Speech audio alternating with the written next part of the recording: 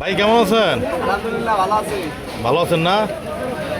শাকসবজির দাম কিরকম আজকে? বৃষ্টির দিন যদিও বা শাকসবজির দাম অনেক বেশি ভাই, বাজার অনেক বেশি। বাজার অনেক বেশি। তো ওই পিছনে বেগুনটা কত?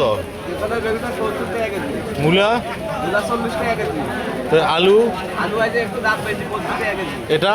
এটা 15 টাকা কেজি আছে। তো পটল? পটল 70 টাকা কেজি। এইটা এটা 70 টাকা কেজি। এটা কি তাহলে তরই বলে? ভেন্ডি? এটা 60 টাকা কেজি। করলা? করলা 85 টাকা কেজি। তারপরে সেম বেগুনের দাম ওই একই রকম। মরিচ? মরিচ 60 টাকা কেজি আছে। পেঁয়াজ? পেঁয়াজ আমার এটা 35 টাকা কেজি। রসুন? রসুন 60 টাকা কেজি। বটবটিটা? বরবটি 60 টাকা কেজি। তো দাম কি বাড়ার কারণটা কি ভাই? বৃষ্টির কারণে মালের আমদানি কম হওয়ার কারণে মনে হয় যে বৃষ্টির কারণে মালের আমদানি কম। এই সব সবজি কি আমাদের সুন্দরবনের আশেপাশে কি আবাদ হচ্ছে না? আশেপাশের আবাদ, কিছু বাইরে থেকে আছে, কিছু আশেপাশের আবাদ। আশেপাশে আবাদ না?